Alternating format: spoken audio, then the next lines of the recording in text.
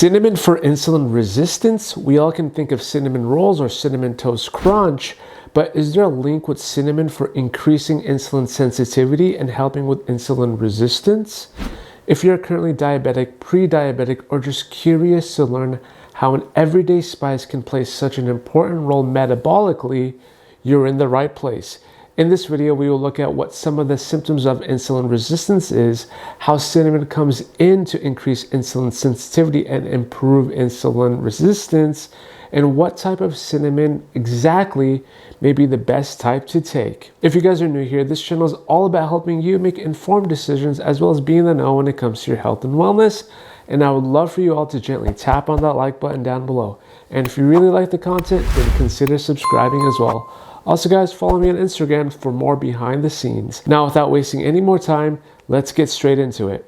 Now a quick recap on what insulin resistance is, because I think it's important to give some quick context, and for more info on it, I've already made a video on it talking about the skin signs of insulin resistance, which you should watch after this video.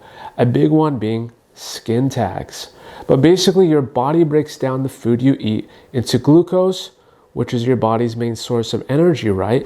The glucose then enters your bloodstream, which then signals your pancreas to release insulin, because insulin is a chauffeur to drive your glucose into your muscles, fat, and liver to be used for energy or stored later for use.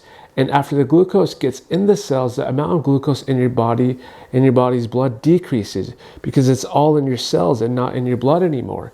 And that signals your pancreas to stop producing insulin because there are no more passengers to be transported. All the glucose gets to the final destination. That's the normal case.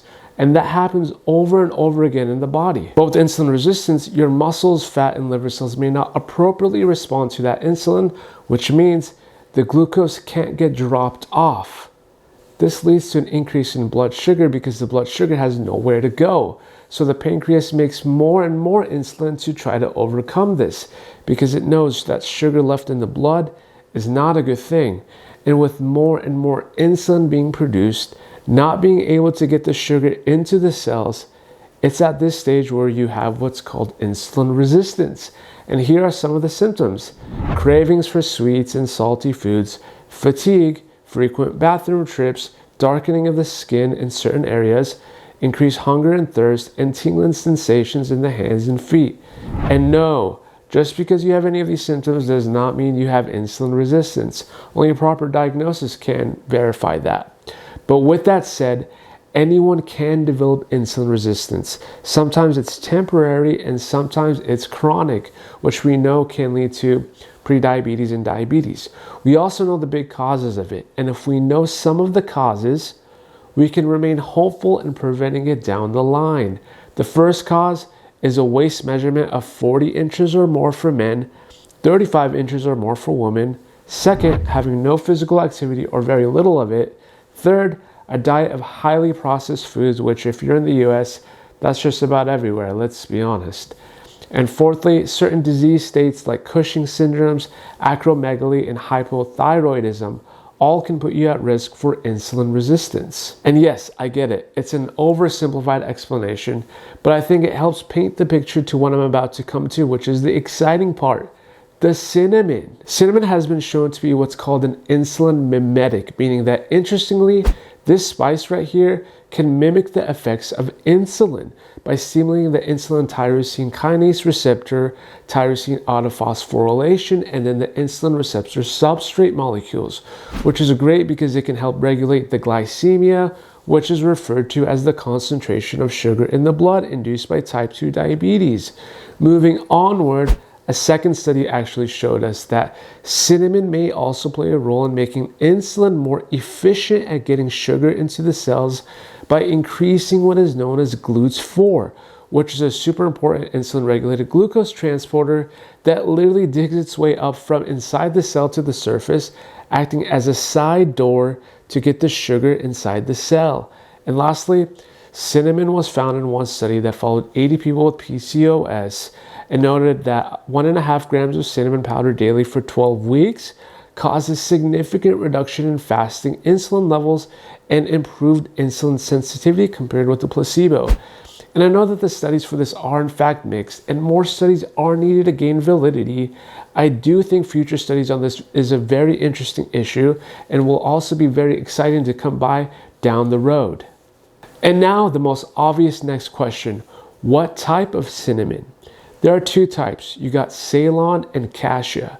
And the difference matters because Cassia is going to be the most common cinnamon you find coming from Indonesia and China. It's less expensive and it's a sweeter flavor that you're probably used to. But the problem with Cassia is that it's high in coumarin, which may act as a natural blood thinner, and too much of it could actually lead to liver damage.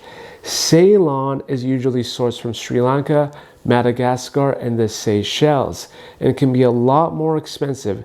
It's lighter and it's more on the spicier side, and you can see it has a lot less coumarin, which means it's a safer version of it if you're thinking of supplementing it. And in terms of how much cinnamon, generally most of the research has studied the effects of anywhere from 1 to 6 grams per day, either as a supplement or a powder added to foods. For the Cassia, it's probably best not to exceed 0.5 to 1 gram of Cassia daily, but taking up to 1.2 teaspoons or roughly 6 grams daily of the Ceylon cinnamon is likely safer because you don't want to overdo it. And using cinnamon for treating insulin resistance should not be the only option you resort to. You can improve your insulin response through lifestyle measures such as eating a balanced diet, staying active, and making an effort to maintain a moderate body weight. I made a series of videos that focus on certain foods and supplements that help with weight loss, which is going to help you tremendously in improving your insulin sensitivity, that I've left below in the description so you could check out at your earliest convenience. And in the meantime, if you want to know how turmeric can help with weight loss, click the video I made to the right here so that you could watch a liquid turmeric DIY tea video I made that I think you'll find interesting as well. Also, I would love to hear your thoughts down below, and in the meantime, click that subscribe button and I'll see you on the next one.